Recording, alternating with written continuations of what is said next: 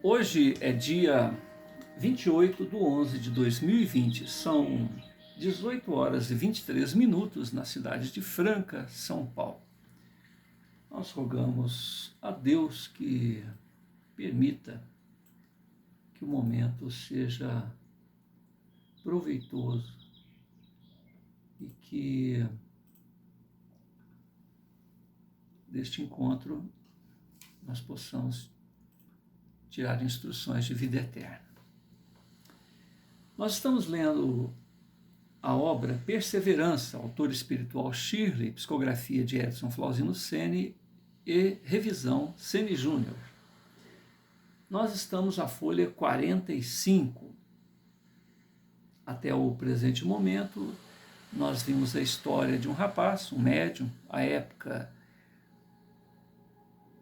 da escravidão no Brasil, acredito que depois de Dom Pedro II, mais ou menos.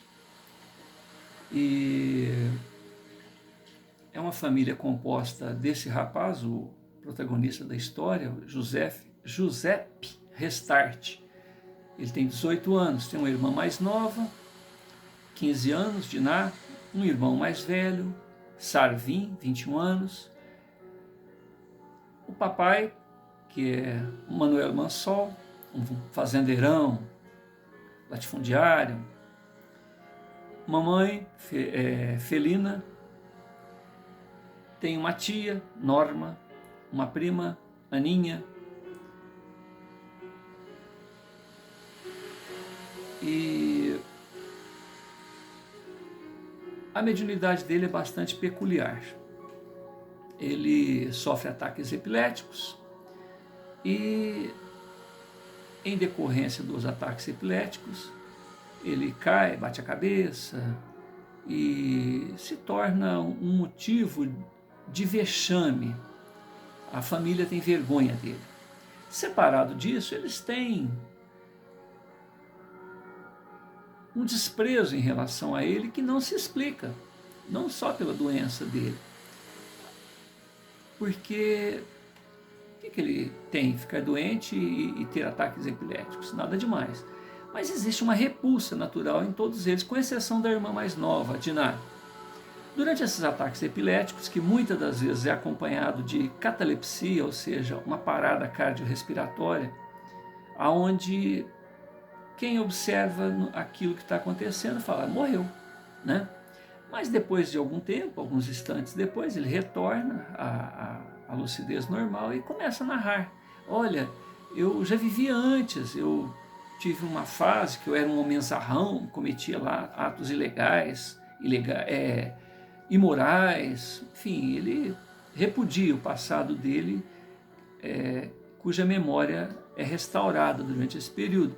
E ele lembra de um outro período em que ele era porque ele está aí com 18 anos, né, em que ele era uma pessoa forte, sexagenária, vivendo a época de Roma, onde ele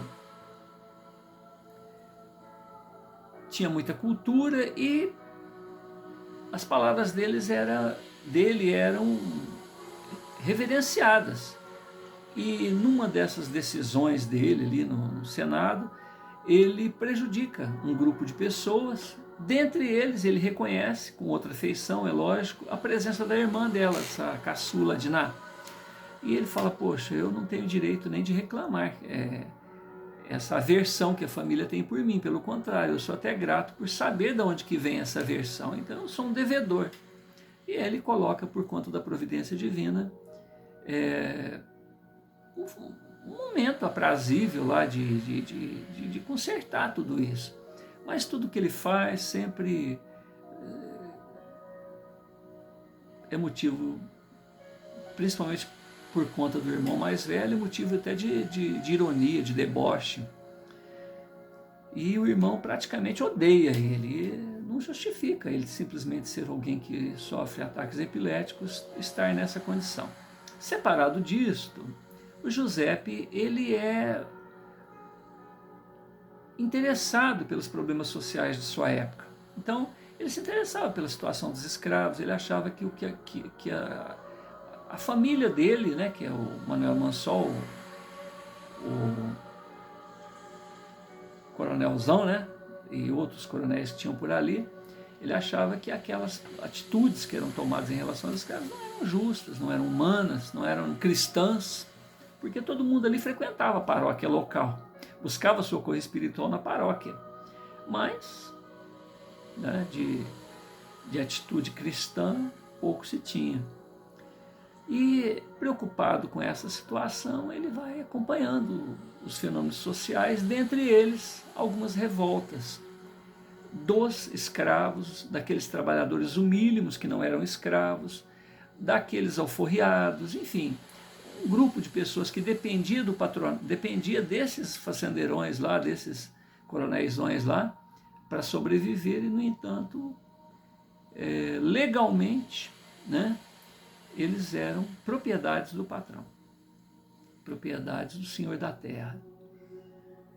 E o Giuseppe ali, comovido com tudo isso, vai acompanhando. Inclusive, num determinado momento anterior aqui, ocorre um levante, onde um grupo de escravos rebelados vem, invade a propriedade, ambas as partes têm perdas e muito sofrimento, vamos dizer assim, onde o Manuel Mansol morre. E o irmão mais velho, o Sarvin, também é ferido, mas o Sarvin se recupera.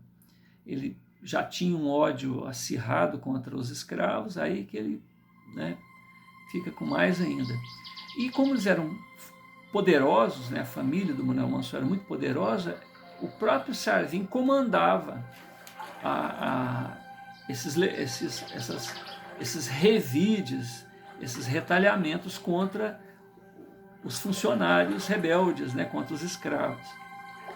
E com isso a história vai se desenvolvendo. Durante todo esse período, o Giuseppe passa por esses momentos de estado alterado de consciência, e até mesmo durante o momento do ataque, onde os escravos estão invadindo a casa dele, ele entra em transe, desmaia lá e fala, não, é possível resolver isto de uma maneira pacífica, não há necessidade desse enfrentamento, dessa carnificina, mas eles tiram ele dali e, como resultado disso tudo, tem lá a morte do pai dele, a morte do rapaz que era o líder dos rebeldes, que depois eles vão descobrir é filho da Mucama, da mãe de leite do Giuseppe, dos irmãos dele.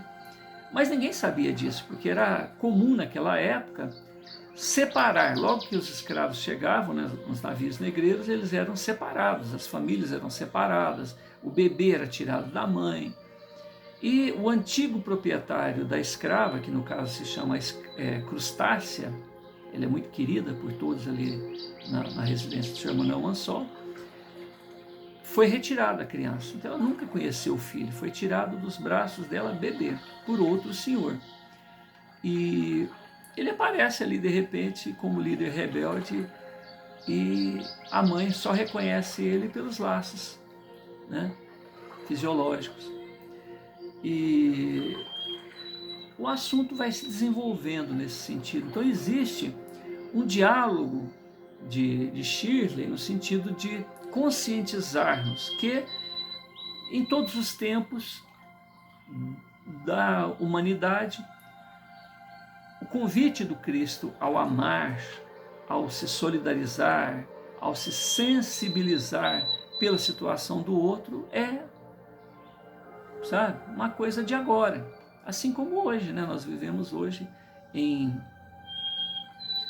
28/11/2020, um momento de pandemia, onde que a doença realmente existe, mas nos moldes questionáveis, né?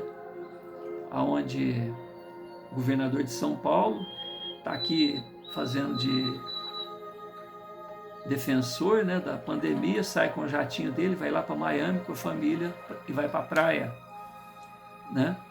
Nós vemos um momento onde a época do carnaval, uma das emissoras mais importantes do país, promoveu o carnaval e depois que acabou o interesse financeiro dela, já está ali defendendo, dizendo para as pessoas se recolherem. Então ninguém importa de quebrar a sociedade toda, de quebrar todos os esforços aí. O importante é um grupo, né, que sequer tem consciência da onde vem essa ordem, né, da onde que vem, porque é um processo mundial. Existem teorias aí que dizem que tudo isso foi planejado, uma situação planejada. Busca-se uma vacinação coletiva, mundial, visando não a luta contra o Covid, mas uma esterilização mundial, a colocação de produtos nessa vacina. Não estou dizendo isso de maneira explícita, eu estou dizendo isso de maneira implícita, mas é o que está sendo comentado, aonde inclusive os valores espirituais, os valores, porque Bill Gates é que patrocinou essa vacina, e assim como ele fez uma pesquisa no sentido de saber quais áreas do cérebro são mapeadas, né, via computador, quando o indivíduo está ali, né, envolto com os valores espirituais. E com a desculpa de que essas áreas têm que ser bombardeadas, têm que ser atacadas para que não ocorram esses atos terroristas, tipo extremistas, né? Quer se colocar nessa vacina ou num meio semelhante à vacina, não nessa fase, talvez numa outra fase, né? Criando aí um pânico geral, para que se tire isso daí. Na verdade, você vai estar tirando o quê? Você vai estar tirando as áreas do cérebro cuja atividade voltada para a parte espiritual vai ser atacada. É como se você retirasse do indivíduo a pineal, porque a pineal ela é o nosso elo de comunicação com a nossa realidade eterna, além de outras funções, né, envolvendo a parte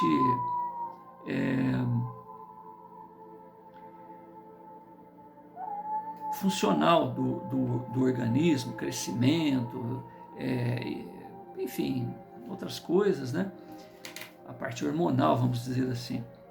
Mas, de qualquer maneira, são conversas paralelas, mas que dizem da falta de amor, da falta de falta de humanidade, a capacidade de se solidarizar e se envolver com o outro a ponto de reconhecer no outro irmãos em Deus, irmãos, né, em valores maiores, valores permanentes da vida. Desculpe o desabafo, mas é o que parece, né? Agora, em relação ao romance, há um momento de conjectura no sentido de falar sobre a condição humana, a sua capacidade de autodomínio, a sua capacidade de ser senhor de sua própria história. Fernando Ortiz Fernandes, a página 45 desta obra Perseverança, retirado um texto de Fernando Ortiz Fernando.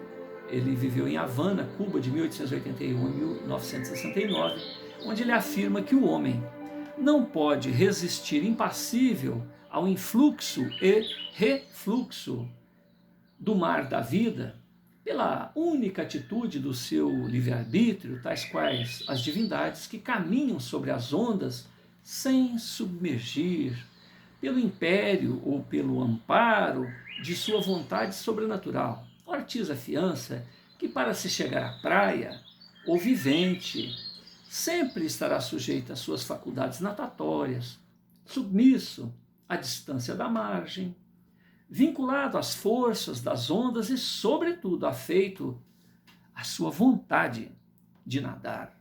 Ortiz avaliza que os seus atos, o resultado de seu empenho, terão que ser concebidos pelo observador, estudioso ou julgador como a resultante de forças combinadas, subjetivas e objetivas, do indivíduo e do ambiente. Portanto, sob o influxo de um livre-arbítrio e de um determinismo não absoluto.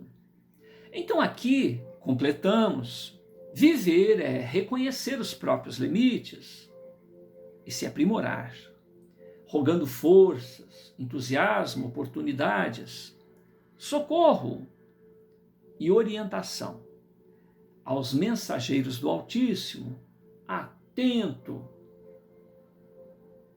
ao querer das leis de harmonia, as leis universais. Em Deus se encontra a fonte de energia para o corpo e para a mente, permitindo a renovação no sentido pleno, onde se vive com eficiência. Há, portanto, a necessidade de sincronizar o pensamento com o ritmo e o pensamento divino. Orar. Orar. Orar. Em contato com esta força cósmica, o autor da vida, o indivíduo se renova e se acalma. Atitude em que ele expulsa a afoiteza e a frustração, se deixa o passado no passado, por ter consciência de que a providência vela o descanso do justo caminheiro da evolução que se empenhou em viver plenamente e se afixou ao próprio dever. Ele, o caminheiro da evolução, se esforça em se adequar às leis amorosas, eternas, sábias, que dimanam da fonte da vida. Ele, o caminheiro da evolução, se cansa menos e vive melhor.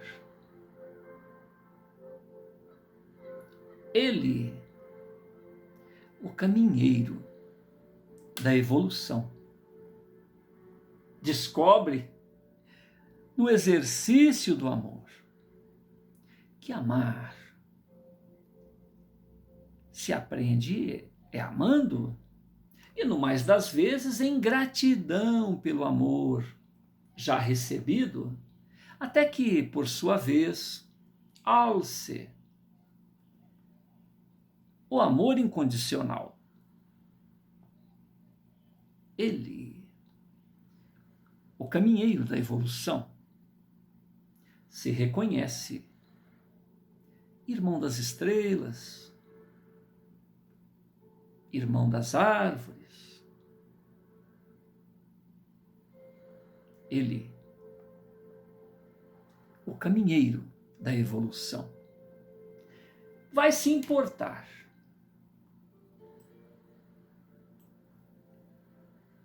e se solidarizar.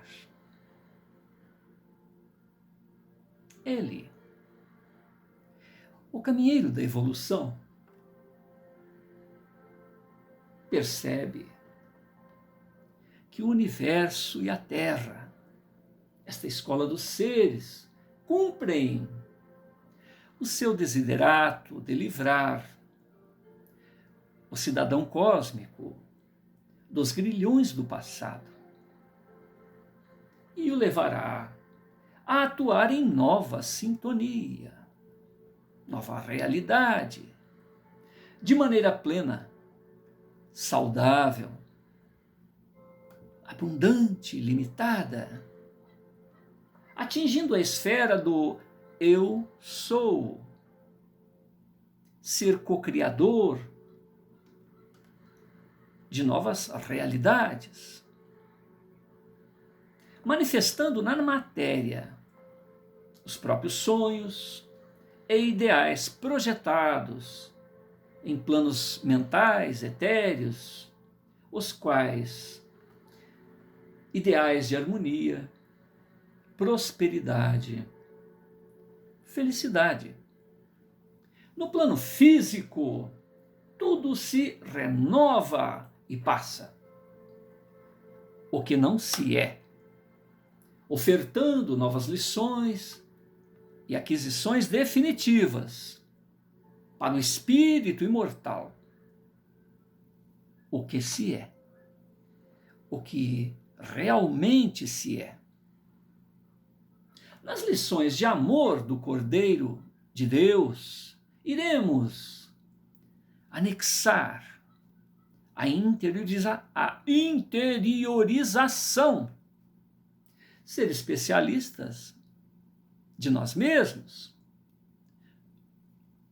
anexar o conhecimento, participar das mudanças que ocorrem ao redor, anexar as lições do Cordeiro de Deus, as suas lições de amor, a sabedoria, reconhecer que em tudo a ordem, quando os valores se difundem, conflitos, diferenças diminuem. Iluminar-se é atingir a consciência de Deus Criador, Deus com D minúsculo, a consciência de que anteriormente ao corpo físico ocorre todo um planejamento celestial, na confiança da imortalidade, na confiança da imortalidade. O estresse e o terror desaparecem.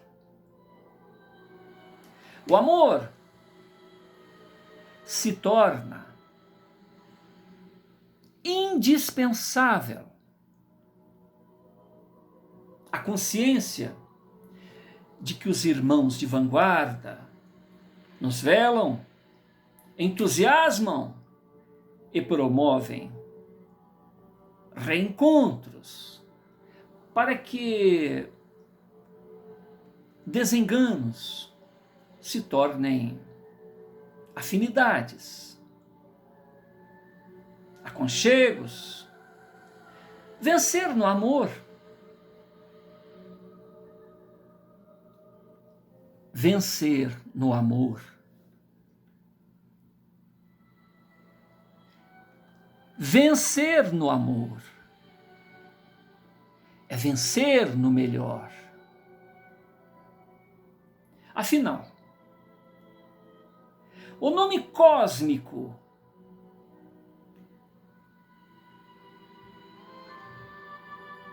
do Cristo é amor.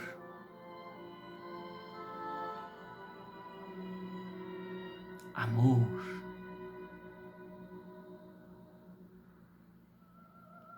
Amor. Página 46. Os ideais e rumores de insurgências iam se avolumando, fazendo com que trabalhadores escravos e os aproveitadores de ocasião fossem se somando. De outro lado, as associações de privilegiados se consultavam e se preparavam para este inevitável embate. Os ideais de liberdade se acirravam, logo inovadoras represálias surgiram. O pelourinho foi intensificado e até as crucificações foram utilizadas. Simples aglomerações eram punidas severamente com o uso de milícias particulares e outras até legais, uma vez que coronéis e latifundiários compravam as consciências dos operadores do direito, dos operadores da justiça. Giuseppe era agradavelmente mencionado nos agrupamentos dos inconformados, razão pela qual o primogênito da família, Sarvin, mantinha acirrada repulsa e prevenção contra ele. Giuseppe expressava claramente a sua visão de vida, embasada no amor cristão, que todos, aliás, ali se diziam adeptos, inclusive Sarvin, que de há muito se utilizavam do socorro espiritual na paróquia local. Giuseppe falava em amor fraternal, igualdade de direitos, em presença de Deus Altíssimo. Dinah o secundava nos comentários domésticos, diálogos precedidos e encerrados por comovidas preces de louvor e gratidão.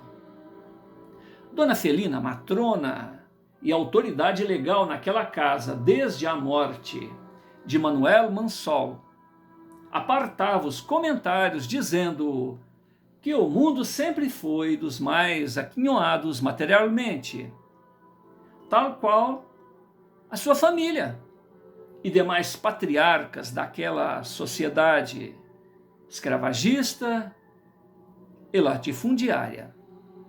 Dona Felina questionava Giuseppe da razão daqueles escolhos, uma vez que todos os bens da família foram adquiridos de maneira legal, e por isso não havia razão de se sentirem culpados por serem ricos e de terem uma vida privilegiada.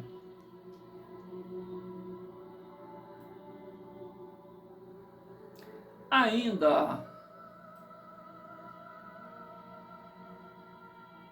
na folha 46,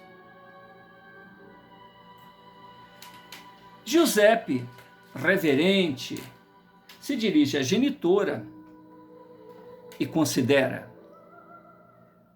mamãe, acumular valores é inerente à condição humana, para que a vida em sociedade se mantenha de maneira digna, suprindo as necessidades do patriarca, seus comensais e todos os agregados ao tipo de economia que ele administre. Normas e princípios legais sempre foram criados para garantir e proteger esses direitos, certamente seguidos de consequentes deveres. Neste afã, variadas normas fundamentais tutelam até a própria vida humana, até a própria pessoa humana. O direito à propriedade deu origem à maioria das revoluções históricas, da relação do homem com seus bens. Conflitos e normas são instigados frequentemente a se adaptarem aos novos tempos. E hoje vivemos os tempos em que filhos, netos, escravos ainda são considerados como propriedades do patriarca. Circunstância assemelhada ao direito do monarca, onde até se busca repassar para esta norma um caráter divino. Revoluções buscam a liberdade de se criar e modificar regras para que alguém tenha a disponibilidade de usar, gozar de uma coisa sem interferência de terceiros. Conquistas subordinadas a ônus, obrigações e deveres em relação a terceiros. Acordos restringidos pelo direito público, das garantias fundamentais consequentes à própria evolução das relações humanas. Página 47.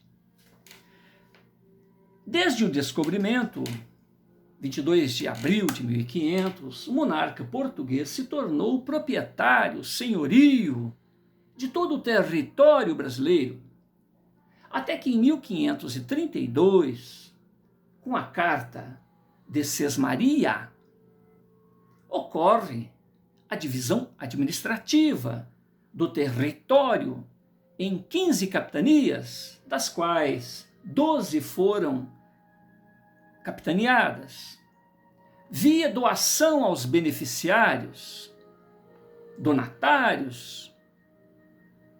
O documento legal delimitava os poderes do titular da capitania.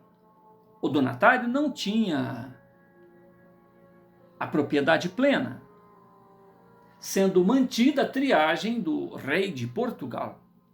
Entretanto, a partir dali, o Estado também se abdica do domínio pleno e amplo a respeito das propriedades. 328 anos se passam desde a Carta de Sesmaria, de 1532, até a independência, até onde ocorre o chamado Registro do Vigário, 1850. Ocasião em que a ocupação do solo brasileiro se dá sem qualquer título, qualquer documento, ao talante pessoal. As capitanias são loteadas sem que se produza qualquer documento oficial, até que é entregue ao vigário da Igreja Católica o direito de reconhecer as propriedades no Brasil, isto em 18 de nove de 1850, através de registros declaratórios com o fito de diferenciar o que é particular do que é público. Este documento é conhecido vulgarmente